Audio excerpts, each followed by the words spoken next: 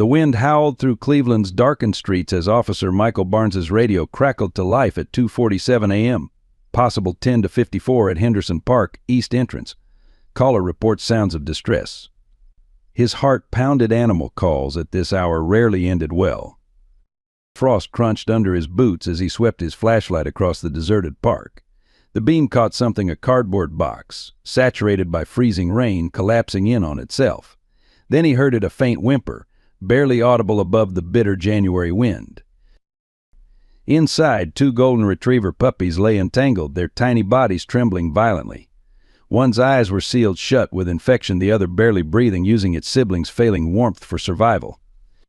The thermometer on Barnes's squad car read 15-9°C. Dispatch's voice cracked with urgency. Get Cleveland Animal Rescue here now. We've got 2 critical. The race against time had begun. Leave a like and share your thoughts in the comments along with the city you're watching from. Now, let's continue with the story. Sarah Thompson hadn't slept properly in 20 years, not since she'd found her childhood golden retriever poisoned by a vengeful neighbor. At 45, her weathered face and determined green eyes told stories of countless midnight rescues and bitter losses at Cleveland Animal Rescue. That night, as her emergency phone buzzed, she was already pulling on her rescue gear before reading the message. She's got a sixth sense for the bad ones, her colleague Dr. James Anderson often said. At 60, James carried himself with the measured precision of his Marine Corps days in Vietnam. His hands, once steady with a rifle, now performed miracles in the shelter's medical bay. The Purple Heart on his office wall shared space with photos of hundreds of animals he'd saved over 3 decades of veterinary practice. Tonight, those experienced hands were anxiously checking and rechecking his emergency kit, knowing every second counted. The third thread in this tapestry of hope was the Williams family. Robert Williams, 62, pillar of the Cleveland business community, and his wife Margaret, 58, had transformed their sprawling Victorian home into an unofficial recovery sanctuary for the shelter's most challenging cases. Since losing their only son Michael in Afghanistan 5 years ago, they'd channeled their grief into saving lives of a different kind. Their reputation for turning around the most traumatized animals had become legendary in Ohio's rescue community. The pain never goes away, Margaret had once confided to Sarah, her silver hair catching the morning light as they sat on her porch watching recovering rescue dogs play in her fenced yard. But every life we save helps fill the void Michael left behind. Robert, despite his stern exterior as CEO of Williams Construction, was known to spend nights in their heated garage with particularly frightened rescues, reading aloud from his son's favorite books until they learned to trust again.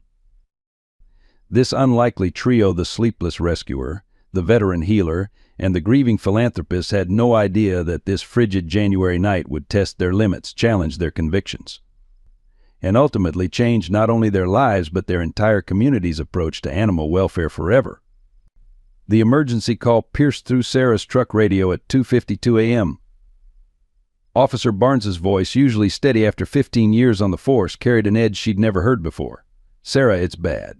Really bad. 2 puppies, golden retrievers, maybe 8 weeks old. One's barely breathing. The January storm that had paralyzed Cleveland showed no mercy as Sarah's rescue van skidded through ice-slicked streets. Windshield wipers fought a losing battle against the freezing rain, while the temperature gauge read a merciless 15 days. Her knuckles whitened on the steering wheel as she navigated through the darkness, Dr. Anderson's medical vehicle close behind.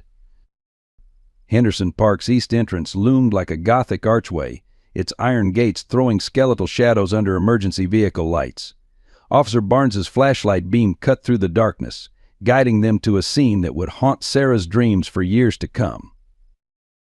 The cardboard box, once bearing a cheerful television set logo, had collapsed into a sodden mass. Inside, 2 tiny forms lay tangled together in a desperate bid for warmth. Their golden fur, matted with ice and filth, barely moved with each shallow breath. The smaller puppy, its eyes sealed shut with infection, lay partially beneath its sibling, while the larger one maintained a protective curl around its brother despite its own dire condition. "Dear God," Dr. Anderson whispered, his breath visible in the freezing air.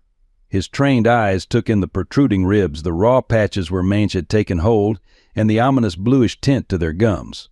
20 years of veterinary trauma experience told him they had minutes, not hours, to act. Sarah's hands trembled as she wrapped the first puppy in a heated blanket, years of experience warring with raw emotion. These weren't just abandoned animals, this was calculated cruelty. The box had been placed deliberately away from street cameras, hidden behind a maintenance shed. A half-empty water bottle lay frozen solid beside them, suggesting someone had made a token effort at humanity before leaving them to die. Officer Barnes was already documenting the scene, his camera flash illuminating details that turned Sarah's stomach. Scattered around the box were luxury dog food bags, empty but bearing lot numbers that would later prove crucial. These puppies hadn't been abandoned by someone who couldn't afford to feed them.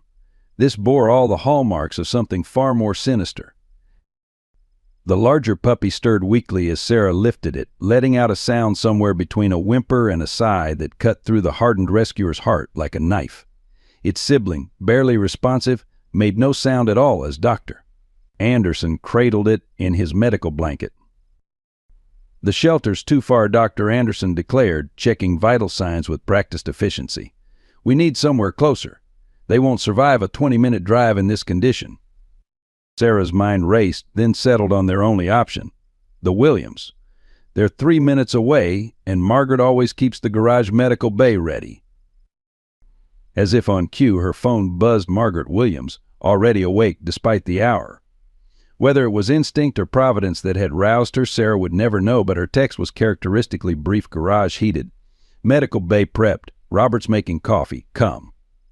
Loading the puppies into the heated transport unit, Sarah caught Officer Barnes wiping his eyes roughly with his sleeve. In 15 years of collaboration, she'd never seen the tough cop cry. "Find who did this," she whispered fiercely. "Whatever it takes." His jaw set with grim determination as he gathered evidence. "Count on it. These bastards just made it personal." The Williams garage had been transformed into a state-of-the-art medical bay, funded by Robert's business success and Margaret's unwavering dedication to animal rescue. As Sarah's van pulled in at 3:17 a.m., the heated floor already radiated warmth, and essential medical equipment hummed quietly, ready for action. Margaret Williams, her silver hair hastily pulled back, had laid out thermal warming blankets and fluid bags. Her husband, Robert, still in his monogrammed pajamas, stood by with industrial-grade heaters aimed at the examination tables. 20 years of corporate leadership had taught him to stay calm in crises, but his hands shook slightly as he helped lift the first carrier. The smaller one first, Dr. Anderson commanded, his voice carrying the authority of countless emergency interventions. "Temperature's dropping. Sarah, I need baseline vitals. Margaret, prepare a warming solution, exact measurements we discussed last month." The smaller puppy, barely the size of Robert's hands, didn't even flinch as they inserted the IV line. Its temperature registered at a dangerous 94 def.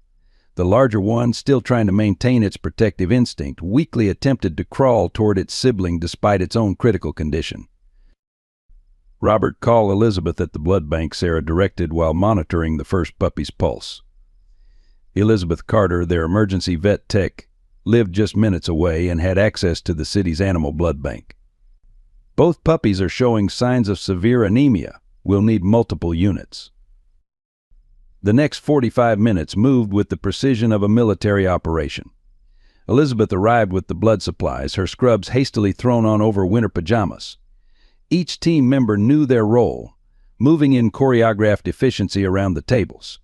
Margaret's years of nursing experience before retirement proved invaluable as she assisted Dr. Anderson with the transfusions. The larger puppy began responding first, its breathing becoming more regular as warm fluids and blood replaced what neglected stolen. But its sibling remained frighteningly still, barely clinging to life despite their best efforts. The infection in its eyes had spread, threatening not just its vision but its survival. "I'm not losing them," Dr. Anderson muttered, more to himself than the others, as he administered another round of antibiotics. "Not these two. Not tonight." The words carried the weight of every animal he couldn't save in his 3 decades of practice, every loss that still haunted his dreams. Sarah noticed Margaret silently crying as she stroked the smaller puppy's head, whispering words of encouragement. Robert stood behind his wife, one hand on her shoulder, the other gripping his phone as he coordinated with their network of emergency contacts. The Williams had seen countless rescues, but something about these puppies, abandoned in such calculated cruelty, struck deeper than usual. At 4:05 a.m., the first milestone, both puppies' temperatures had stabilized. The larger one had even managed to lap a few drops of water, though its eyes never left its sibling. The smaller one's fight wasn't over, but its heartbeat had strengthened enough to allow cautious hope. Elizabeth, checking the latest vital signs, suddenly straightened. "Dr. Anderson, look at this." She pointed to distinctive marks on both puppies' ears, barely visible under the matted fur. "These aren't random strays. These are breeder markings, high-end ones." The revelation landed like a thunderbolt in the focused calm of the medical bay. These puppies weren't victims of casual cruelty or desperate poverty. They were discards from something much darker, much more organized. Something that would soon shock their entire community to its core. By 6 a.m., as Cleveland stirred to life, Channel 8's morning news van pulled up to the Williams residence. Jessica Reynolds, a veteran reporter known for her animal welfare coverage, had received an urgent text from Officer Barnes. Her cameraman captured the somber faces of the rescue team emerging from the garage, their exhaustion evident in the gray morning light. "What we've discovered here goes beyond simple animal neglect," Sarah stated, her voice steady despite her fatigue. "These puppies bear markings consistent with high-end breeding operations. Someone paid thousands of dollars for their parents, yet deemed them disposable enough to leave them to die in freezing temperatures." The story aired at 7 a.m., leading the morning news. Reynolds' report was measured but powerful, cutting between footage of the rescue site and the ongoing medical care. Dr. Anderson, still in his surgical scrubs, provided clinical details that made viewers flinch: severe malnutrition, hypothermia, systematic neglect. The camera lingered on the smaller puppy's infected eyes, telling a story of cruelty that needed no narrative. By noon, the story had gone viral. Local stations picked it up first, then regional networks. The Cleveland Herald ran an explosive front-page piece: "Designer Dogs Discarded the Dark Side of Luxury Breeding." Robert Williams' corporate connections ensured the story reached influential circles, while Margaret's social media posts showing the puppies' fight for survival sparked a wave of community response. The shelter's phone lines were overwhelmed with calls. Donations poured in: medical supplies, blankets, food. Local businesses offered support. A pharmaceutical company provided specialized antibiotics. A medical equipment supplier sent additional warming units. Even Cleveland's mayor issued a statement promising a full investigation into unlicensed breeding operations. But it was the public's emotional response that proved most powerful. Hundreds gathered for a candlelight vigil outside Henderson Park, many bringing their own rescued pets. Parents used the story to teach their children about compassion. Local schools launched awareness campaigns about responsible pet ownership. The brewing storm of public outrage took an unexpected turn when anonymous sources began connecting dots. Similar cases had been reported in neighboring counties: always purebred puppies, always with partial breeder markings, always abandoned in calculated locations. A pattern emerged, suggesting an organized operation rather than isolated incidents.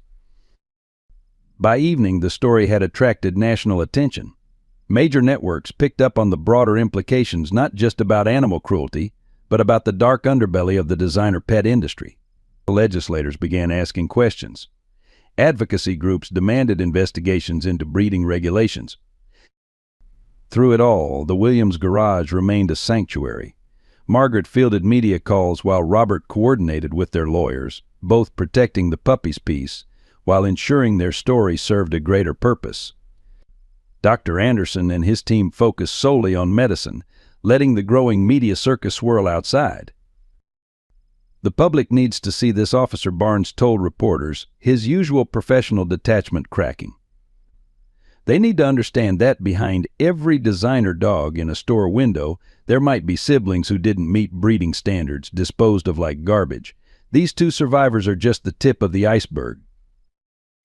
As night fell again, Sarah watched the news coverage on her phone, still keeping vigil beside the recovering puppies. The smaller one had finally opened one eye, revealing a startling blue iris that would later become his signature. The larger one remained protective, sharing her warming blanket with her brother despite having her own. This was no longer just a rescue story. It had become a catalyst for change, though none of them yet realized just how far-reaching that change would be. The first 72 hours proved critical in ways no one anticipated.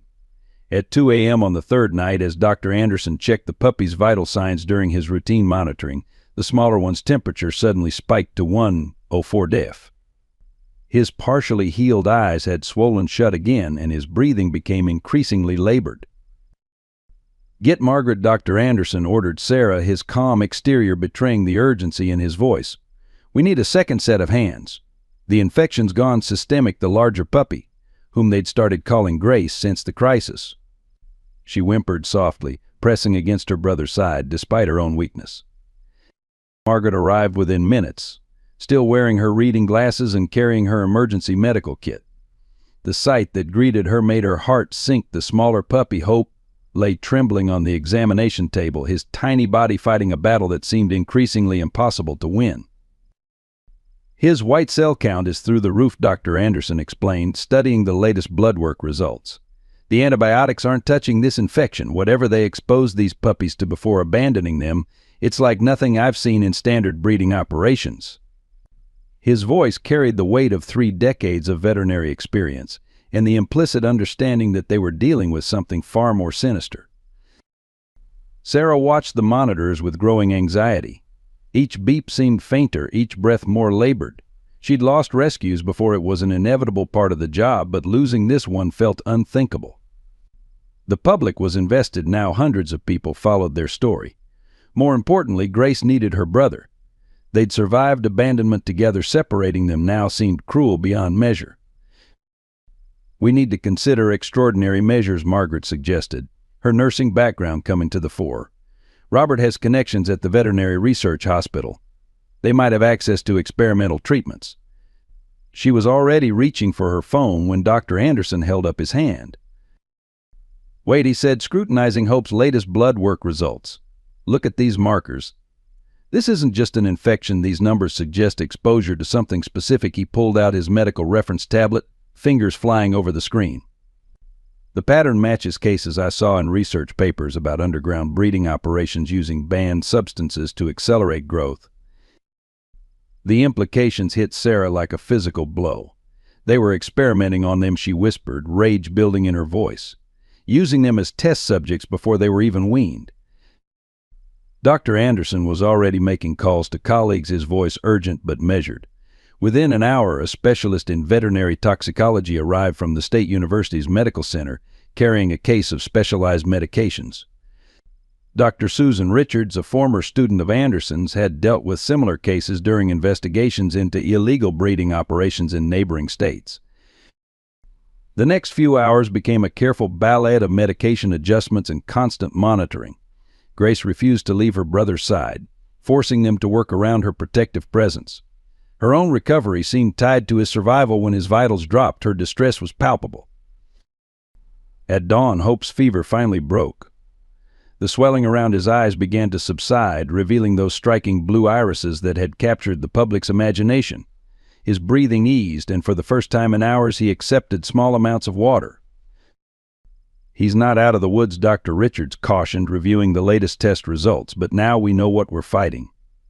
These blood markers will be crucial evidence when we find who did this." She shared a meaningful look with Dr. Anderson. "You need to tell Officer Barnes. This changes the scope of the investigation significantly." Margaret, who hadn't left the garage since the crisis began, finally sat down, her hands shaking as she reached for her coffee. "We almost lost him," she said softly, watching Grace gently nuzzle her brother.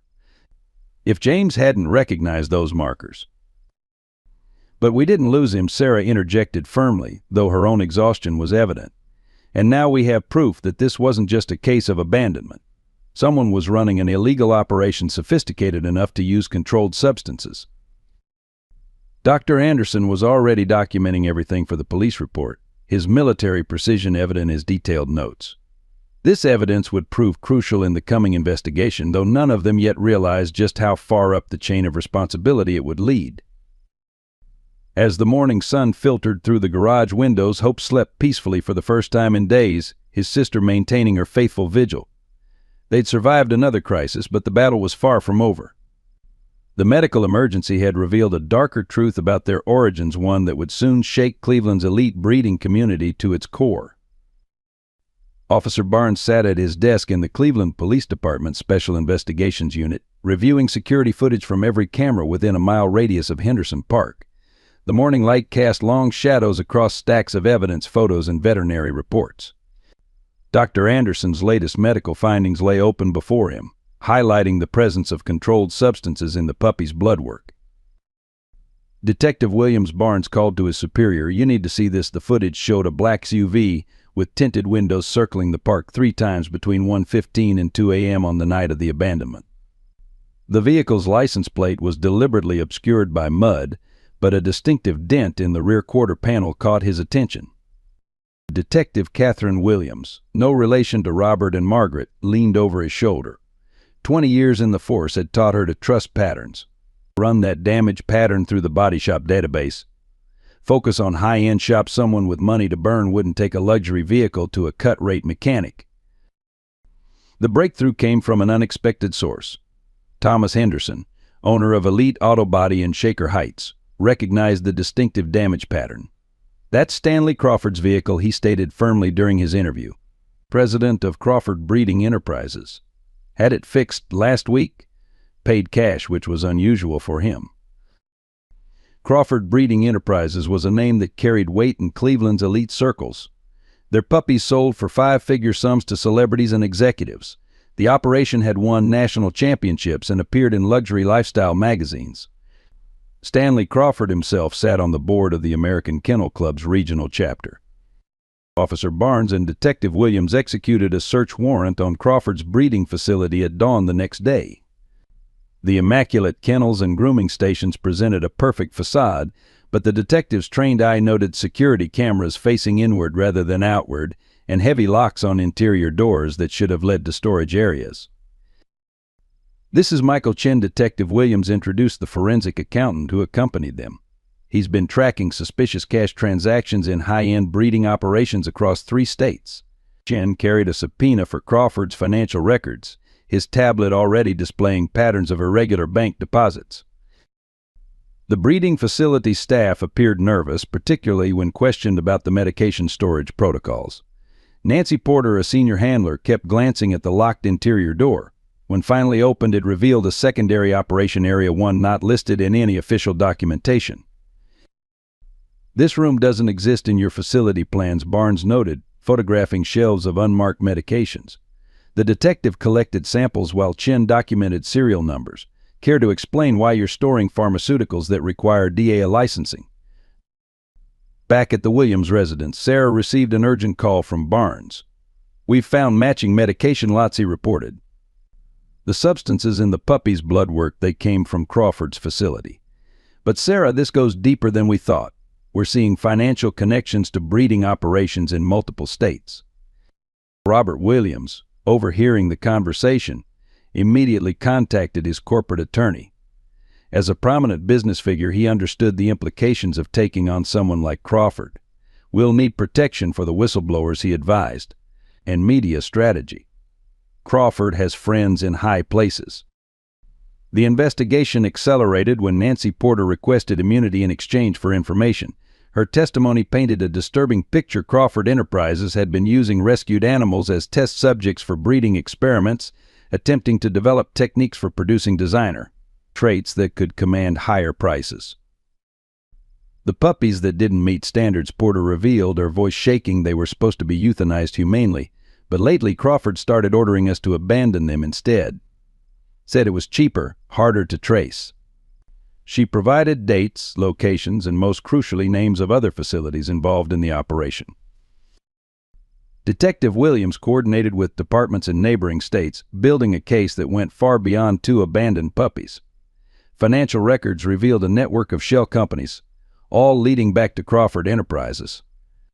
The evidence suggested a systematic operation of illegal breeding practices, unauthorized drug testing, and animal cruelty spanning several years. "We're ready to move," Detective Williams informed Sarah and the Williams family.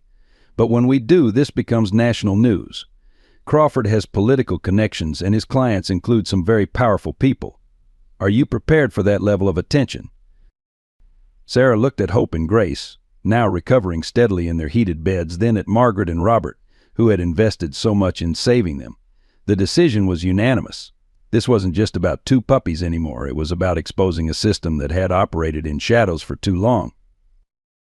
The connection that shattered Cleveland's social hierarchy emerged during a routine evidence review. Detective Williams was cross-referencing Crawford's financial records when she noticed a familiar name: Charles Blackwood, chairman of the Cleveland Charitable Foundation and the city's most prominent philanthropist.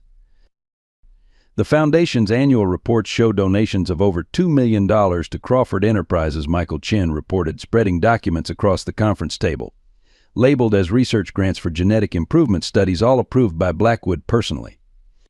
The accountant highlighted a series of transactions that coincided with each reported case of abandoned puppies. Sarah sat stunned in the police station's conference room. Blackwood's foundation had been a major donor to Cleveland Animal Rescue for years. His wife, Victoria, regularly hosted fundraising galas for animal welfare causes.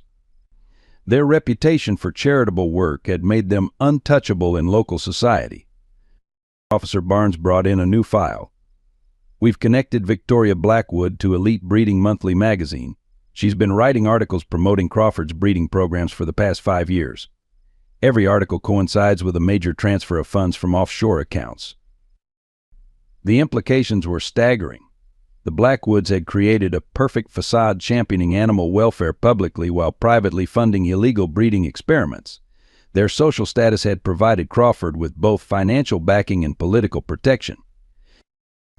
Detective Williams received an urgent call from the district attorney's office. "We've got a problem," she announced to the team. "Someone tipped off Blackwood. He's called an emergency press conference for this afternoon." She turned on the conference room television, where preparations were already underway at the foundation's headquarters. Robert Williams arrived at the police station with his corporate legal team. "We need to move now," he insisted. "Once Blackwood starts spinning this publicly, it'll be harder to maintain control of the narrative." His years of business experience had taught him the power of getting ahead of a story. The evidence was solid: financial records, medical documentation, whistleblower testimony. But Blackwood's influence ran deep. Judges, commissioners, news editors all had benefited from his foundation's generosity over the years. Sarah made a decisive call to Jessica Reynolds at Channel 8 News. "We're going live before Blackwood's press conference," she declared. "The public needs to see the real evidence before his PR team sanitizes it." Dr. Anderson prepared to present the medical findings, while Michael Chen organized the financial documentation. Margaret Williams opened her home to the media, allowing them to film Hope and Grace, now symbols of the investigation. The puppies' recovery had captivated the public. Their story would make the complex financial evidence relatable to everyday viewers. The broadcast began 30 minutes before Blackwood's scheduled appearance. Jessica Reynolds presented a devastating timeline: Crawford's breeding experiments, the Blackwoods' financial involvement, the pattern of abandoned animals. Dr. Anderson explained the medical evidence in clear, compelling terms that left no room for misinterpretation. Then came the most damaging revelation. Nancy Porter, speaking publicly for the first time, described attending private dinner parties at the Blackwood estate where Crawford presented his research to potential investors. Victoria Blackwood personally selected which traits to enhance, Porter testified. She called it designing the perfect breed no matter the cost to the animals. The impact was immediate. Outside the foundation's headquarters, the crowd gathered for Blackwood's press conference began to turn. Protesters arrived with photos of Hope and Grace. Social media exploded with calls for investigation. The foundation's major donors started distancing themselves publicly. Charles Blackwood, I never gave his press conference. Instead, his lawyer issued a brief statement announcing his immediate resignation from the foundation's board and his full cooperation with the ongoing investigation. Detective Williams watched the events unfold on multiple screens, her expression grim. "This is just the beginning," she told Sarah. "Blackwood's connections extend beyond Cleveland. We're seeing similar patterns in other cities, other foundations." The revelation had ripped away the polite veneer of Cleveland's elite charitable circles, exposing a network of exploitation hidden behind black-tie fundraisers and oversized donation checks. Hope and Grace, growing stronger each day in the Williams care, had become more than survivors. They were now evidence of a systematic betrayal of public trust. In the weeks following the Blackwood revelation, the Williams Garage Medical Bay became the epicenter of an unprecedented recovery effort.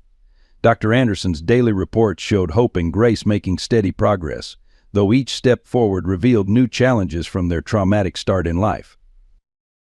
Hope's infected eyes required specialized treatment from Dr. Patricia Morrison, a leading veterinary ophthalmologist who volunteered her services after seeing the news coverage. The infection damaged his corneas, she explained during one particularly intense examination. He'll retain partial vision in his right eye, but the left will remain permanently impaired. Despite this setback, Hope's remarkable spirit showed through as he learned to navigate his world through sound and scent, with Grace acting as his constant guide. The medical team documented every aspect of their recovery, building a comprehensive case study that would later prove invaluable in prosecuting similar cases. Hope's blood work continued to show traces of the experimental compounds, requiring careful monitoring and adjustment of his treatment protocol. Grace, though physically stronger, exhibited signs of emotional trauma that manifested in intense separation anxiety whenever Hope was taken for treatment. Margaret Williams devoted herself entirely to their rehabilitation, sleeping on a cot in the garage to provide round-the-clock care. Her nursing background proved crucial as she developed innovative ways to administer medications to traumatized puppies who initially recoiled from human touch.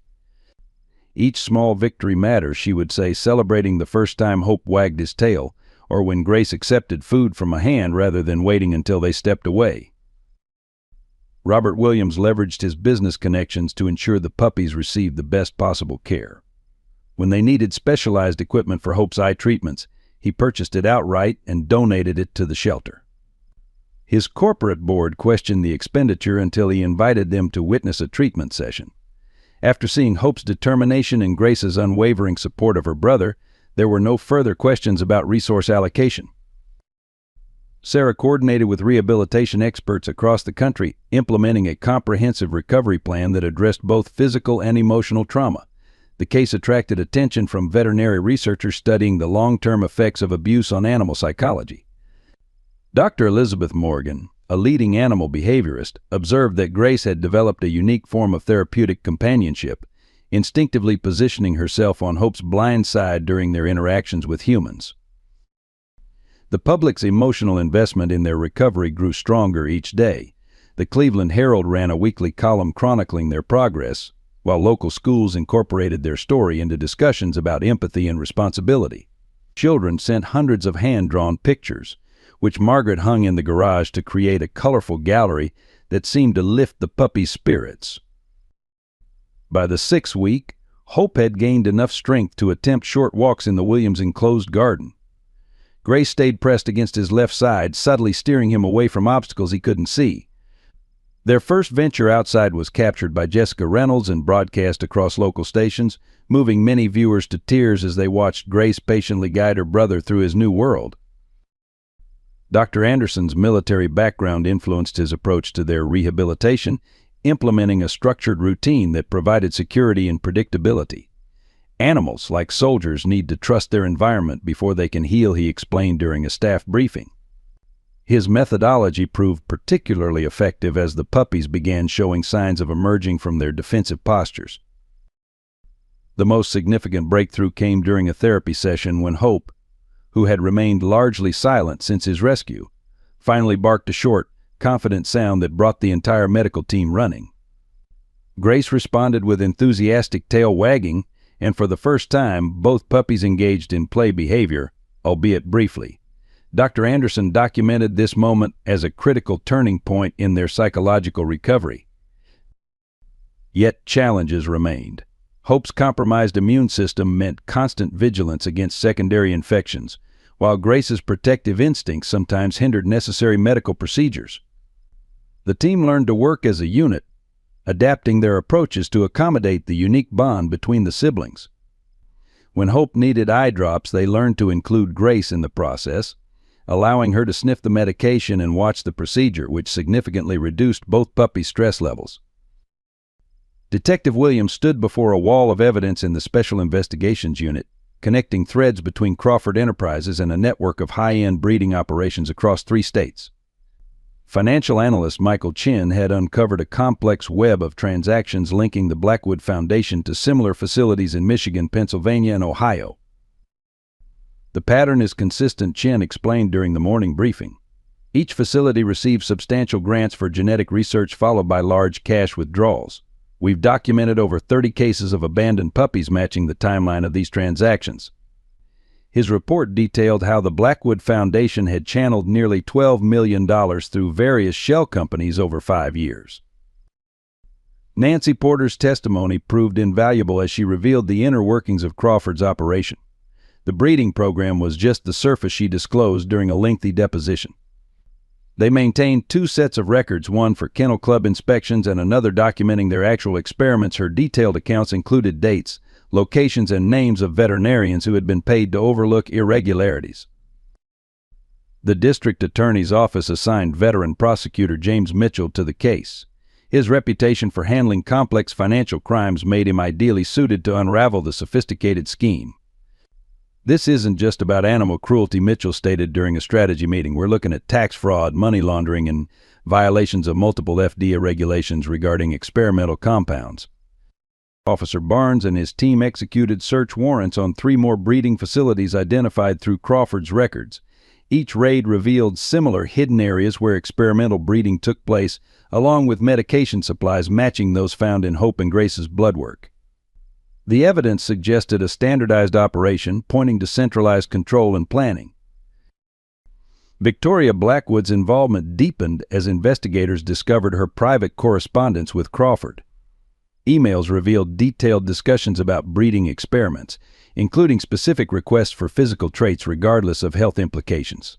Her articles in Elite Breeding Monthly now appeared to be part of a calculated effort to legitimize these practices within the industry. Robert Williams provided crucial support by engaging his corporate legal team to assist the investigation. Their expertise in tracking complex financial transactions helped identify offshore accounts where much of the operation's profits had been hidden. "They weren't just breeding dogs," Robert explained to the investigators. "They were laundering money through fake champions and inflated sale prices." The investigation faced intense pressure from multiple directions. Several prominent Kennel Club officials, implicated through their connections to Crawford, attempted to discredit the evidence. Political figures who had benefited from Blackwood's donations began questioning the allocation of police resources to an animal welfare matter. Detective Williams remained undeterred. "Every attempt to obstruct this investigation only reveals more connections," she noted while reviewing surveillance footage from multiple facilities. The evidence showed a systematic approach to disposing of puppies that didn't meet breeding standards, with Hope and Grace's abandonment following an established pattern. The breakthrough in public opinion came when Dr. Anderson published his preliminary medical findings in a respected veterinary journal. His detailed documentation of the experimental compounds found in the Puppies systems provided irrefutable evidence of illegal breeding practices. The report included testimony from other veterinarians who had treated similarly abandoned animals but had previously feared speaking out. Charles Blackwood's attempt to distance himself from the scandal backfired when investigators discovered his personal calendar entries detailing meetings with Crawford and various offshore banking representatives. His carefully crafted public image as a philanthropist crumbled as evidence mounted of his direct involvement in overseeing the operation's financial structure. As the investigation expanded, more employees from Crawford's facilities came forward. Their testimonies painted a picture of systematic abuse hidden behind a facade of luxury breeding. Security camera footage, initially thought erased, was recovered by forensic specialists, providing visual evidence of the operation's darker aspects. The impact of the investigation reverberated through Cleveland's social fabric, touching lives far beyond the initial rescue. Sarah Thompson found herself at the center of a growing movement, her years of quiet dedication to animal rescue suddenly thrust into the national spotlight. Each morning brought new media requests, while her phone filled with messages from rescue workers across the country reporting similar cases. Margaret Williams' involvement transcended her role as a caretaker. During a particularly challenging therapy session with Hope, she confided in Sarah, "After losing our son, I thought I'd never find purpose again. These puppies, they've given me something I didn't know I was missing." Her medical diary, meticulously documenting every aspect of the puppy's recovery, became crucial evidence of the long-term effects of experimental breeding practices. Dr. Anderson's professional reputation faced unexpected challenges. Several prestigious breeding organizations, feeling threatened by his findings, attempted to discredit his research. His response came through continued dedication to his patients and the publication of peer-reviewed studies documenting the puppy's recovery.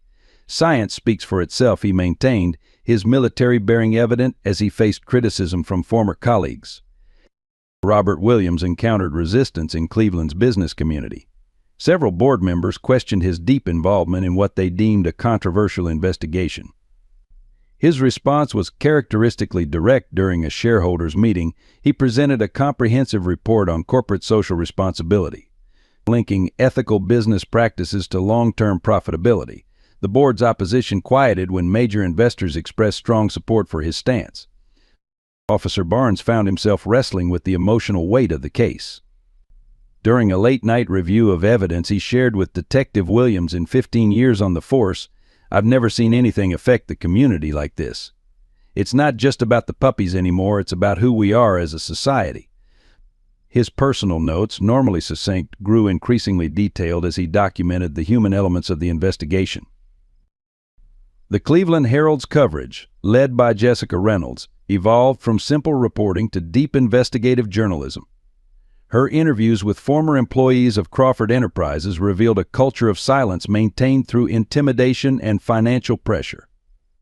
People knew, one anonymous source stated, but the money was too good and the Blackwood name carried too much weight. Local veterinarians began coming forward with their own stories. Dr. Patricia Morrison organized a coalition of medical professionals dedicated to identifying and documenting suspected cases of experimental breeding. Their findings suggested the practice extended far beyond Cleveland's borders, leading to calls for federal investigation. The case sparked intense debate within Cleveland's elite social circles. Longtime supporters of the Blackwood Foundation struggled to reconcile their friend's public persona with mounting evidence of his involvement. Victoria Blackwood's articles, once celebrated in breeding magazines, were now scrutinized for hidden meanings and coded instructions. Nancy Porter's decision to testify carried personal costs. Former colleagues shunned her and she received anonymous threats, yet she remained resolute, working with investigators to decode years of breeding records. "I watched those puppies suffer," she stated during a closed-door session. "I can't unknow what I know, and I won't pretend anymore." The community's response grew more organized. Local business owners established a legal defense fund for whistleblowers. Religious leaders spoke out against animal cruelty from their pulpits. School children organized fundraisers for the animal shelter, inspired by Hope and Grace's story of survival. Detective Williams discovered her own stake in the case deepening. What began as a standard investigation had evolved into something more personal. During a crucial planning meeting, she shared her perspective. "We're not just building a criminal case anymore. We're documenting a fundamental breach of public trust, one that reaches into every corner of our community." A critical setback occurred 8 weeks into Hope and Grace's recovery. Dr. Anderson's morning examination revealed an alarming spike in Hope's temperature, accompanied by severe respiratory distress. The previous day's blood work had shown promising results, making the sudden decline particularly concerning. "His immune system is crashing," Dr. Anderson announced, his practice calm masking deep concern. "The experimental compounds in his system are showing delayed toxicity effects we hadn't anticipated." The medical bay at the Williams residence quickly transformed into an emergency treatment center as Margaret Williams assisted Dr. Anderson with life-saving interventions. Grace, sensing her brother's distress, became increasingly agitated. Her protective instincts, usually an asset in Hope's recovery, now complicated the medical team's efforts. Sarah Thompson had to make the difficult decision to temporarily separate the siblings to allow the doctors unimpeded access to Hope. Grace's distressed whimpers echoed through the garage as Robert Williams gently led her to an adjacent room. Dr. Patricia Morrison arrived within 30 minutes of receiving the emergency call. Her expertise in treating compromised immune systems proved crucial as Hope's condition continued to deteriorate. "We're seeing a cascade effect," she explained to the team. "The experimental breeding practices have created unexpected interactions with his standard medications. The next 12 hours became a carefully orchestrated battle for Hope's survival. Dr. Anderson and Dr. Morrison worked in seamless coordination, adjusting treatment protocols as new symptoms emerged. Margaret's nursing experience proved invaluable as she monitored vital signs and administered medications with precision born from decades of practice. Detective Williams, arriving to collect routine medical evidence, found herself drawn into the crisis. Her presence proved unexpectedly valuable when she recognized similarities between Hope's symptoms and cases documented in Crawford's seized medical records. "There's a pattern here," she noted, quickly retrieving archived files from her vehicle. Other puppies from the same breeding line showed similar delayed reactions. The investigation files provided crucial insights into the experimental compounds used in Crawford's breeding program. Dr. Morrison identified specific drug interactions that hadn't been previously documented, allowing her to modify Hope's treatment plan accordingly. "This information may save more than just Hope," she noted grimly. "We're uncovering a pattern of genetic manipulation that could affect hundreds of dogs." Throughout the crisis, Grace remained inconsolable in her temporary separation. Robert Williams stayed with her, reading aloud from the same books he once read to his son, attempting to calm her mounting anxiety. Her distress seemed to peak whenever Hope's condition worsened, suggesting a connection between the siblings that transcended physical proximity. Sarah Thompson coordinated with emergency veterinary suppliers, ensuring a steady flow of necessary medications and equipment. The local animal rescue community mobilized, creating a support network that allowed the medical team to focus entirely on Hope's treatment.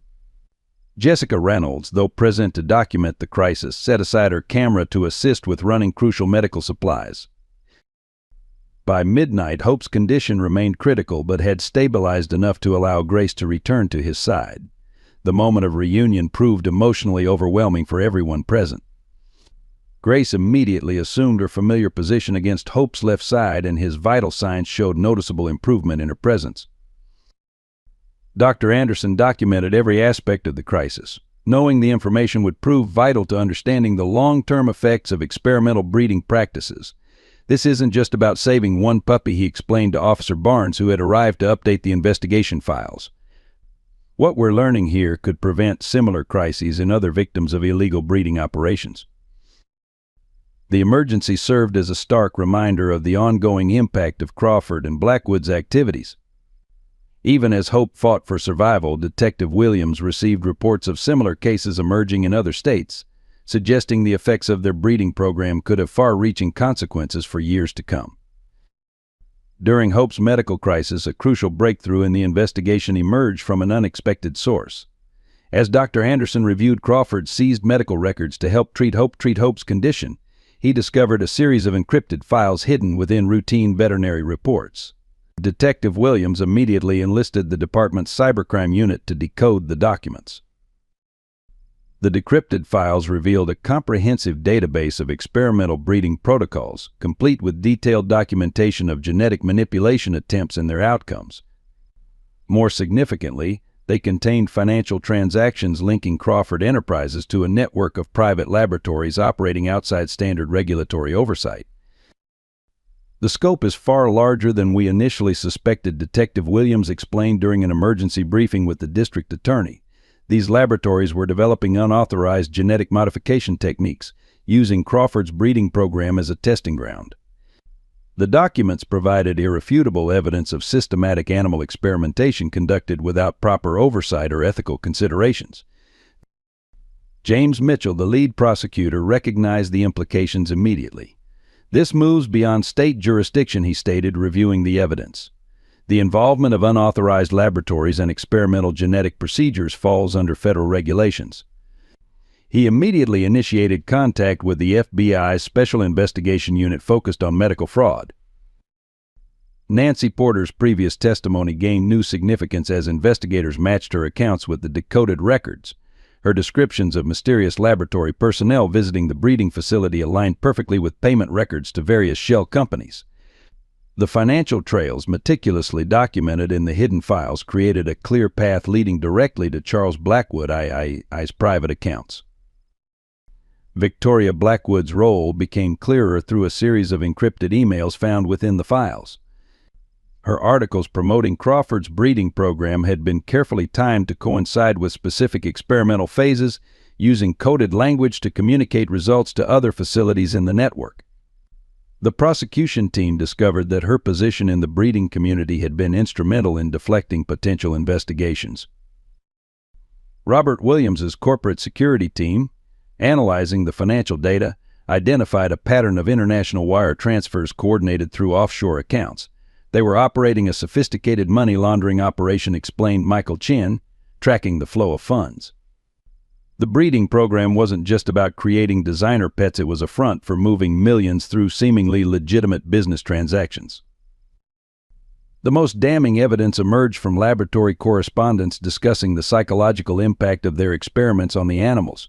Hope and Grace's case was specifically mentioned, labeled as subjects 23A and 23 billion with detailed notes about their genetic modifications and expected outcomes. The clinical detachment of these documents stood in stark contrast to the puppy's evident suffering. Officer Barnes, reviewing security footage seized from Crawford's facility, identified several prominent figures in the breeding industry making late-night visits during periods when experimental procedures were documented. These visitors included judges from major dog shows and officials from breeding associations, suggesting a broader conspiracy of silence within the industry. Detective Williams coordinated with FBI agents to prepare simultaneous raids on 3 identified laboratory locations. The timing was crucial. The evidence suggested ongoing experiments at multiple facilities. "We need to move quickly," she advised during the tactical planning session. "Every day we wait puts more animals at risk." The breakthrough provided prosecutors with the evidence needed to present a comprehensive federal case. Mitchell worked through the night with his team, preparing warrants and documentation. "This isn't just about animal cruelty anymore," he explained to Sarah Thompson. "We're looking at conspiracy, fraud, money laundering, and violations of federal research regulations." Dr. Anderson's medical documentation of Hope's crisis proved invaluable in understanding the long-term implications of the experimental procedures. His detailed records of the puppy's symptoms and treatment created a scientific basis for prosecution, demonstrating the real consequences of unregulated genetic experimentation. As the investigation team prepared to move on the laboratories, Hope's condition began to stabilize, almost as if marking a turning point in both his personal battle and the larger fight for justice. Detective Williams, watching Grace maintain her protective vigil over her brother, remarked to Sarah, "Sometimes it takes the smallest victims to expose the biggest crimes." The release of evidence detailing the full scope of Crawford's operation sparked unprecedented public reaction across Cleveland and beyond. Jessica Reynolds' comprehensive report on Channel 8 News, featuring detailed documentation of the laboratory findings alongside Hope and Grace's ongoing recovery, catalyzed immediate community response. The Cleveland Herald's front page exposed the price of perfection inside Cleveland's dark breeding industry generated overwhelming public engagement. Editor-in-Chief Thomas Richardson dedicated an entire section to covering the investigation's developments, including expert analysis of the financial documents and medical records. Within hours of publication, the newspaper's readership reached record numbers. Cleveland City Council called an emergency session to address the crisis. Councilwoman Eleanor Patterson, longtime advocate for animal welfare, proposed immediate legislation strengthening oversight of breeding facilities. "This investigation has exposed critical gaps in our regulatory framework," she declared during the session.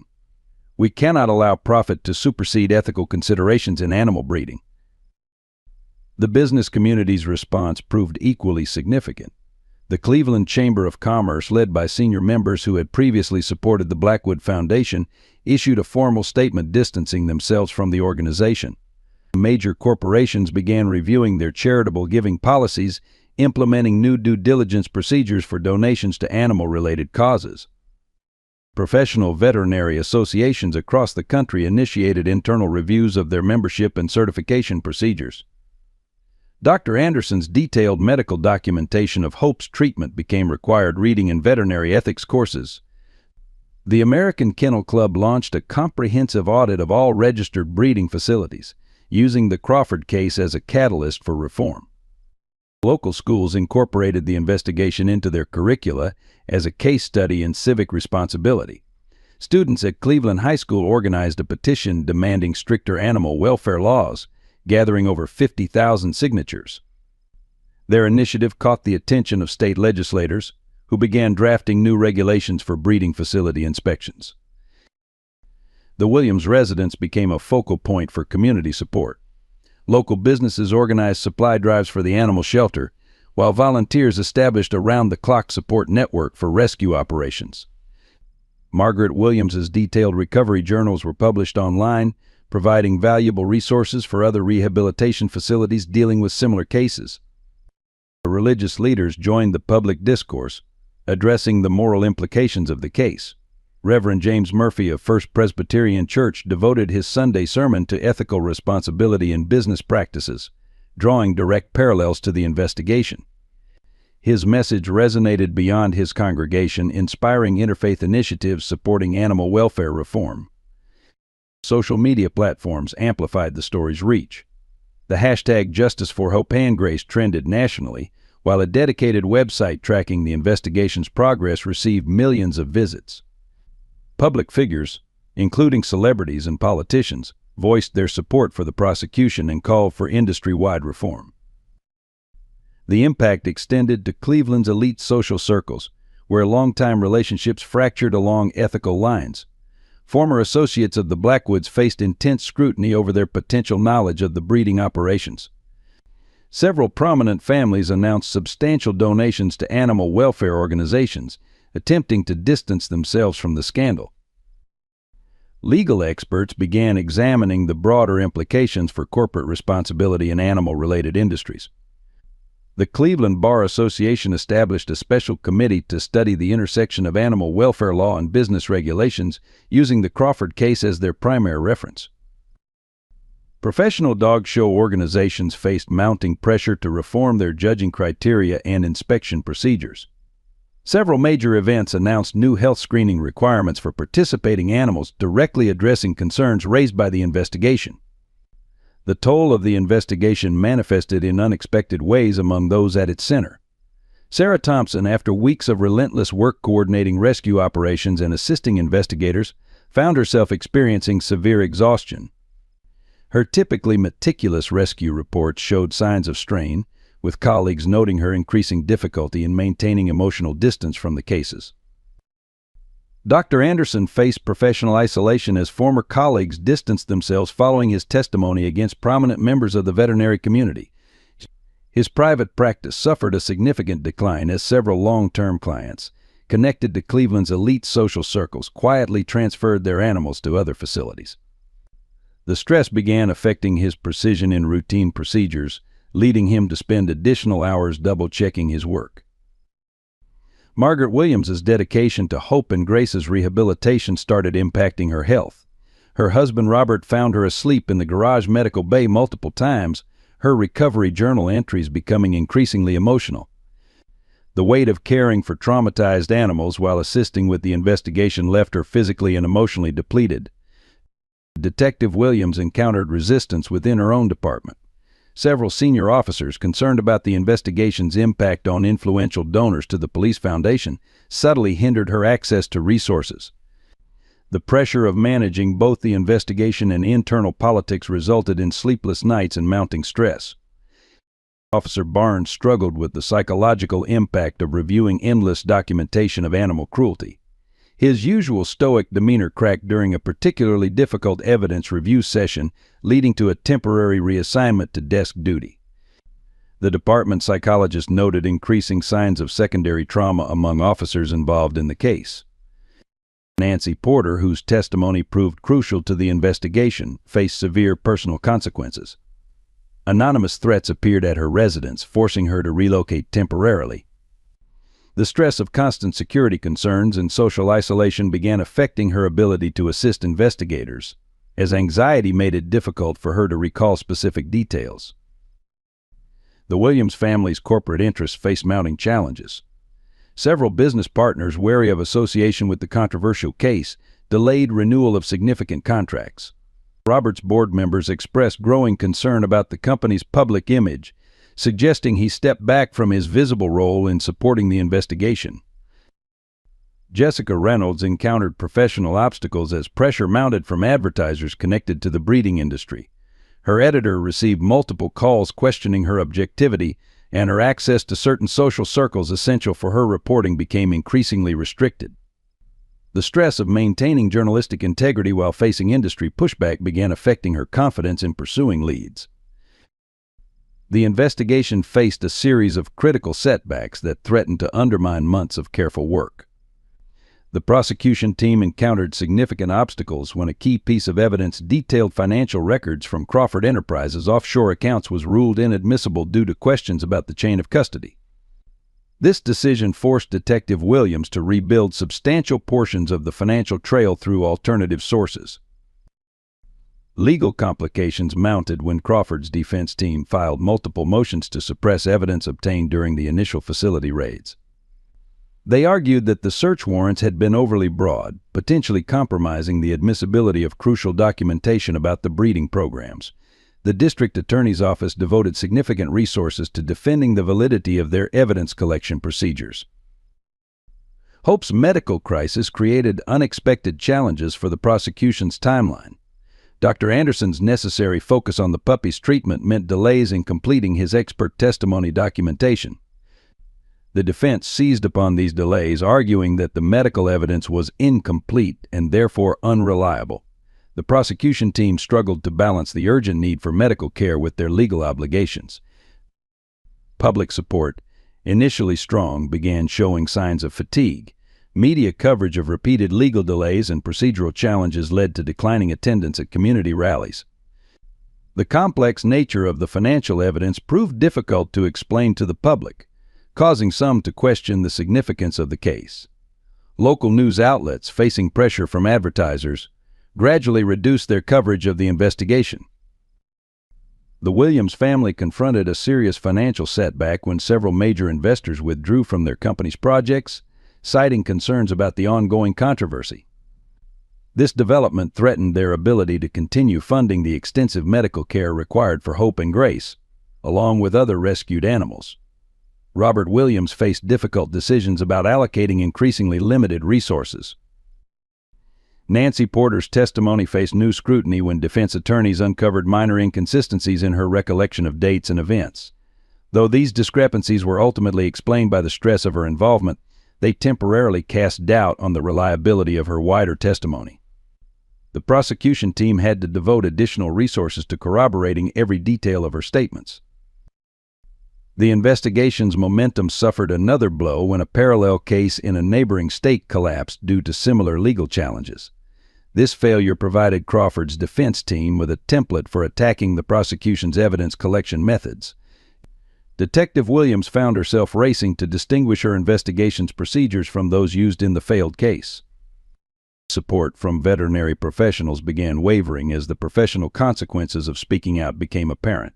Several experts who had initially agreed to testify about breeding practices withdrew their cooperation, citing concerns about their careers and professional relationships. This reluctance created gaps in the prosecution's expert testimony strategy. The investigation reached its lowest point during a critical week in late February. A series of compounding challenges tested the resolve of everyone involved in the case against Crawford Enterprises and the Blackwood Foundation. Detective Williams received devastating news when the federal prosecutor's office announced a 3-month delay in proceeding with charges, citing the need for additional financial documentation.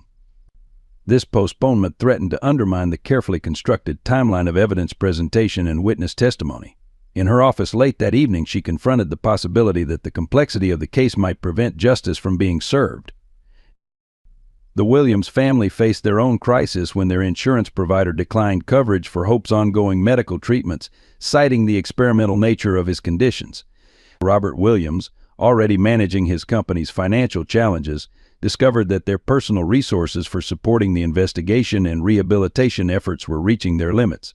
Margaret Williams, exhausted from months of round-the-clock care, found herself questioning their ability to continue. Dr. Anderson received notice that his veterinary license would be subject to review, following complaints filed by colleagues connected to Crawford's operation. The prospect of defending his professional reputation while maintaining his commitment to the investigation created an untenable strain. His hand, steady through countless procedures, showed signs of fatigue that concerned his medical team. Sarah Thompson encountered her own moment of doubt when 3 more abandoned puppies were discovered bearing the same genetic markers as Hope and Grace. The realization that Crawford's network might be continuing operations despite the investigation shook her confidence in their ability to effect meaningful change. The shelter's resources, already stretched thin, seemed inadequate against the scope of the problem. The media narrative began shifting unfavorably when several influential business publications questioned the allocation of law enforcement resources to an animal welfare matter. Jessica Reynolds faced increasing pressure from her editors to reduce coverage of the investigation, citing declining public interest and advertising concerns. The potential loss of media attention threatened to diminish public support at a crucial moment. Internal tensions emerged within the investigation team as frustration and exhaustion took their toll. Officer Barnes and Detective Williams disagreed over investigative priorities, while the prosecution team struggled to maintain coordination between local and federal efforts. The strain of maintaining professional relationships while confronting seemingly insurmountable obstacles created fissures in their previously unified approach. Hope's condition deteriorated again, requiring another round of intensive treatment. Grace's protective behavior became more aggressive, complicating the medical team's ability to provide necessary care. The sight of both puppies struggling, despite months of dedicated treatment, demoralized the entire team and symbolized the broader challenges they faced in achieving justice. The turning point in the investigation arrived through an unexpected source. Victoria Blackwood's personal assistant, Eleanor Mitchell, came forward with a hidden archive of correspondence dating back 5 years. Having methodically documented every aspect of the breeding operation, Mitchell had maintained detailed records as a form of personal insurance. "I knew someday someone would need to know the truth," Mitchell stated during her formal deposition. Her documentation included private meetings, financial transactions, and most crucially, direct communications between Crawford, the Blackwoods, and their network of affiliated laboratories. The evidence provided incontrovertible proof of their knowledge and direct involvement in the experimental breeding program. The materials included video recordings of board meetings where Charles Blackwood II explicitly discussed using the Foundation's charitable status to shield questionable breeding practices from regulatory oversight. Victoria Blackwood appeared in several recordings, directing specific genetic modification requests and discussing methods to dispose of unsuccessful specimens. Their cavalier attitude toward animal welfare, captured in unguarded moments, proved particularly damning. Detective Williams immediately recognized the significance of Mitchell's evidence. The recordings and documents established a clear timeline of intentional criminal activity, bypassing the legal challenges that had previously hindered the investigation. Furthermore, Mitchell's meticulous record-keeping provided the missing links needed to connect individual incidents into a pattern of systematic abuse. The prosecution team, led by James Mitchell, worked through the night analyzing the new evidence. The documentation revealed a sophisticated criminal enterprise operating under the guise of philanthropic work. Financial records showed how the Blackwood Foundation had manipulated charitable donations to fund their illegal breeding experiments, while Crawford Enterprises served as the operational arm of their scheme. Dr. Anderson found his medical observations validated by laboratory notes included in Mitchell's files. The documents detailed the specific genetic modifications attempted on Hope and Grace's breeding line, explaining the unusual complications they had encountered during treatment. This information proved crucial for developing more effective long-term care protocols for all affected animals.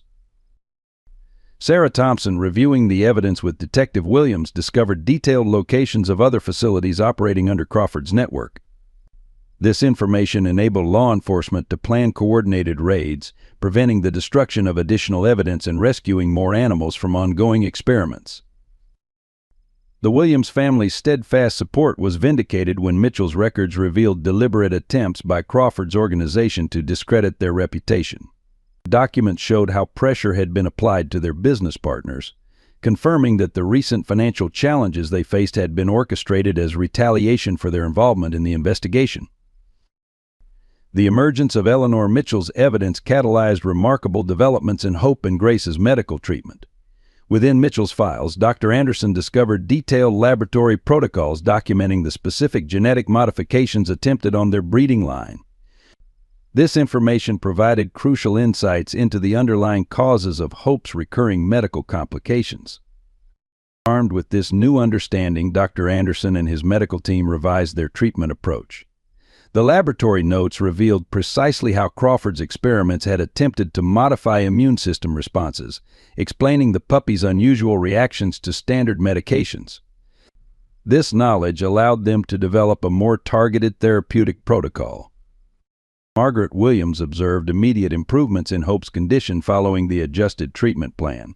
His previously unstable vital signs began to stabilize, and his body showed better tolerance for the modified medication regimen. Grace, sensing her brother's improvement, displayed noticeably reduced anxiety during treatment sessions.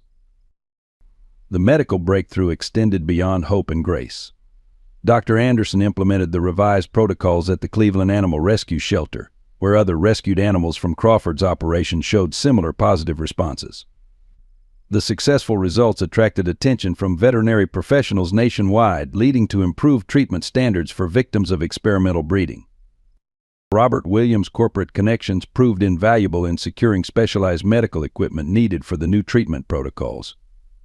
With clear evidence now supporting their cause, previously hesitant donors renewed their support.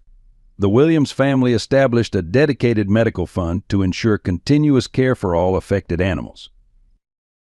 Sarah Thompson coordinated with rescue organizations across 3 states to share the updated medical protocols.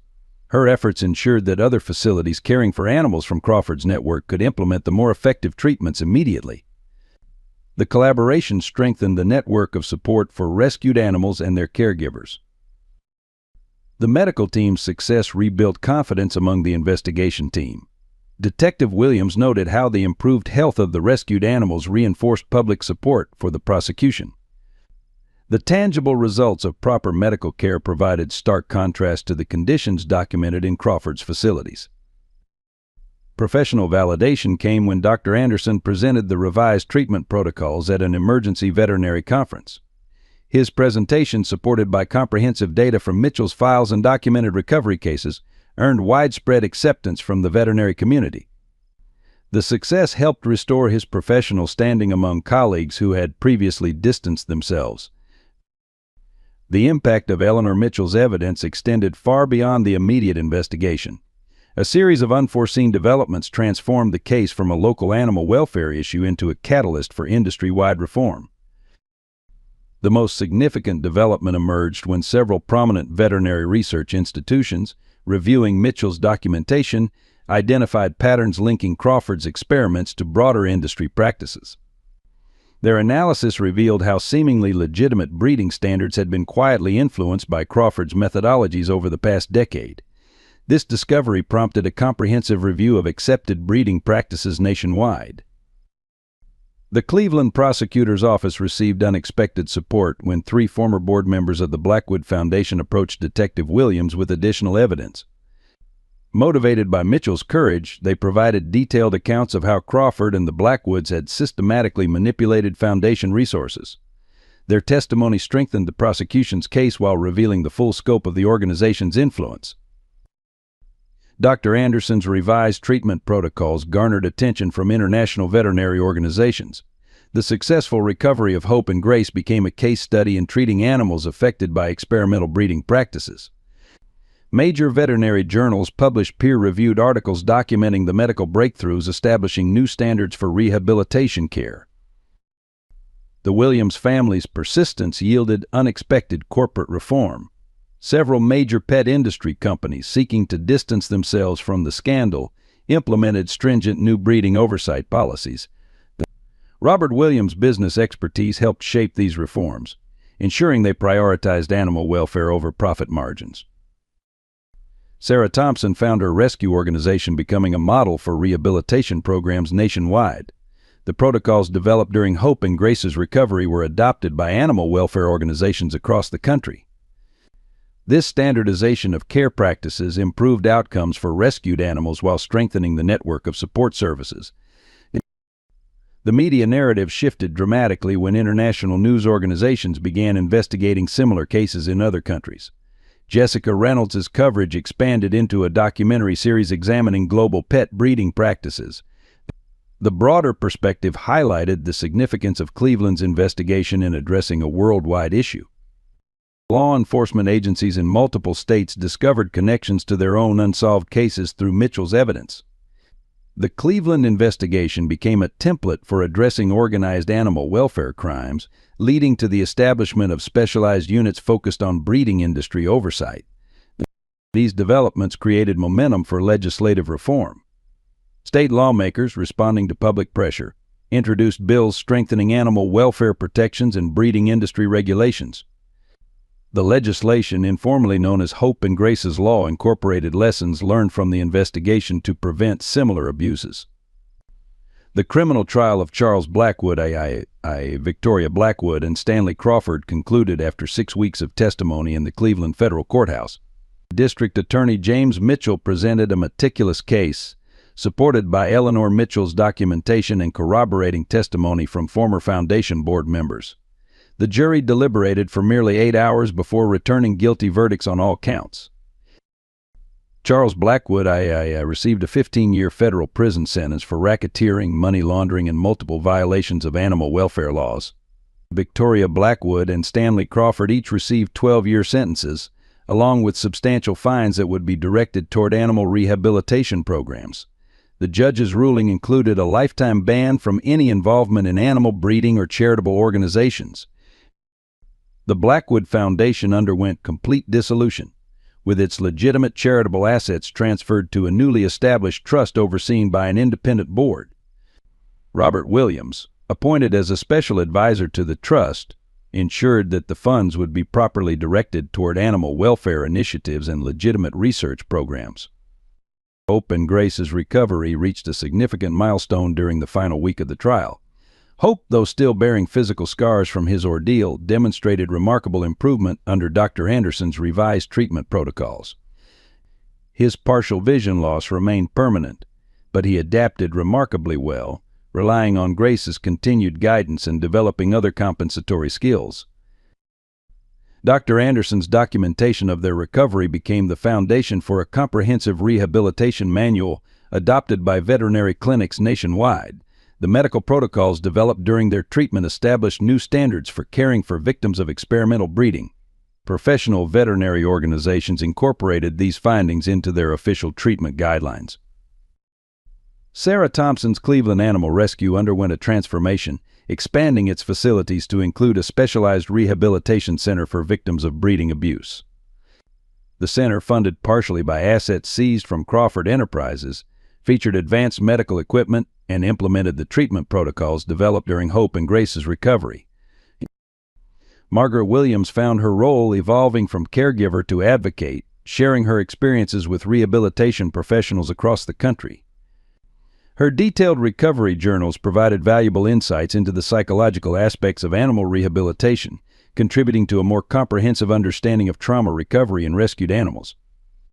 Detective Williams received commendation from the FBI for her role in uncovering the broader implications of the case. Her investigative methods became a model for similar cases, leading to the establishment of specialized units focused on complex animal welfare investigations. The successful prosecution demonstrated the effectiveness of treating animal welfare crimes as serious criminal enterprises. In the aftermath of the trial, the Williams family made a life-changing decision. After extensive consultation with Dr. Anderson and Sarah Thompson, they formally adopted Hope and Grace. Their sprawling Victorian home, which had served as a medical facility during the crisis, transformed into a permanent sanctuary for the inseparable siblings. Margaret's nursing expertise and Robert's resources ensured the puppies would continue receiving optimal care throughout their lives. The successful prosecution catalyzed significant changes in Cleveland's approach to animal welfare. The City Council passed comprehensive legislation strengthening oversight of breeding facilities, requiring transparent documentation of all breeding practices, and establishing regular independent inspections. The Cleveland model of regulatory reform quickly gained attention from municipalities across the country. Dr. Anderson's veterinary practice evolved into a specialized rehabilitation center, focusing on treating animals rescued from abusive breeding situations. His work with Hope and Grace had established groundbreaking protocols that attracted veterinary professionals seeking advanced training in rehabilitation care. The center became a teaching facility, ensuring that the lessons learned would benefit future generations of rescue animals. Sarah Thompson's role expanded as she accepted a position directing a new regional task force on illegal breeding operations. The organization, funded through a combination of government grants and private donations, coordinated efforts between law enforcement, veterinary professionals, and rescue organizations across multiple states.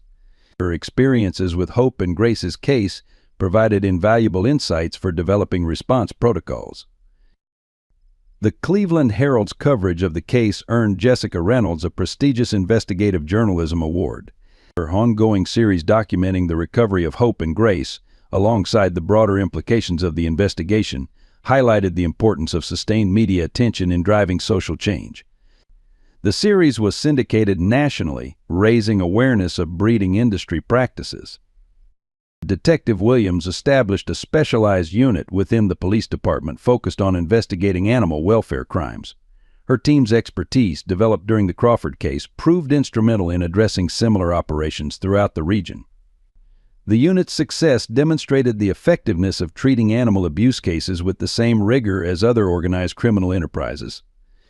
5 years after the landmark case, Hope and Grace's story continued to influence animal welfare policy and practice across the nation. The Williams home became a beacon of hope, hosting regular visits from veterinary students and animal welfare advocates studying their groundbreaking rehabilitation model. Hope, despite his partial vision loss, thrived under Margaret's care while Grace remained his devoted companion, their bond serving as a powerful testament to animal resilience. The legislation inspired by their case, now implemented in 28 states, established stringent protocols for breeding facility oversight. Known formally as the Comprehensive Breeding Facility Regulation Act but commonly referred to as Hope's Law. These regulations mandated transparent documentation, regular independent inspections, and severe penalties for violations. The law's effectiveness in preventing abuse while supporting legitimate breeding practices earned recognition from international animal welfare organizations. Dr. Anderson's rehabilitation protocols evolved into a comprehensive medical framework adopted by veterinary schools nationwide. His research center, established through a partnership between Cleveland Animal Rescue and the State University's veterinary program, continued advancing treatment methods for animals recovering from abuse. The center's success rate in rehabilitating traumatized animals demonstrated the lasting value of the lessons learned during Hope and Grace's recovery. Sarah Thompson's regional task force expanded into a national network of animal welfare enforcement agencies. Their coordinated approach to investigating breeding operations prevented countless cases of animal abuse while ensuring legitimate breeders could operate with proper oversight. The organization's annual conference, featuring Hope and Grace's story as a cornerstone case study, attracted participants from around the world. The Cleveland Police Department's specialized animal welfare unit, under Detective Williams's leadership, became a model for law enforcement agencies nationwide. Their successful prosecution rate and innovative investigation techniques demonstrated the importance of treating animal welfare crimes as serious criminal enterprises. The unit's training programs helped establish similar departments across the country. The lasting impact of the case extended beyond institutional change. Public awareness of breeding industry practices remained high, with consumers demanding greater transparency from pet suppliers. The Blackwood Foundation's transformation into a legitimate animal welfare trust funded crucial research and rehabilitation programs, turning tainted resources toward positive change. Robert and Margaret Williams established an annual veterinary scholarship in Hope and Grace's names, supporting students specializing in rehabilitation medicine. Their continued advocacy, alongside their personal dedication to their adopted family members, inspired others to support animal welfare causes. The Williams home, once a crisis center, became a symbol of healing and hope. At the heart of this legacy, Hope and Grace continued their remarkable journey. Their story, documented in medical journals, legal textbooks, and media accounts, demonstrated how the worst acts of cruelty could inspire the greatest changes for good. Their daily lives with the Williams family, filled with love and security, served as a living reminder of the importance of compassion, justice, and perseverance in the face of adversity. In the face of cruelty, our resilience shines brightest through acts of compassion. Hope and Grace's journey reminds us that even in our golden years, we possess the power to make profound differences in the lives of those who cannot speak for themselves.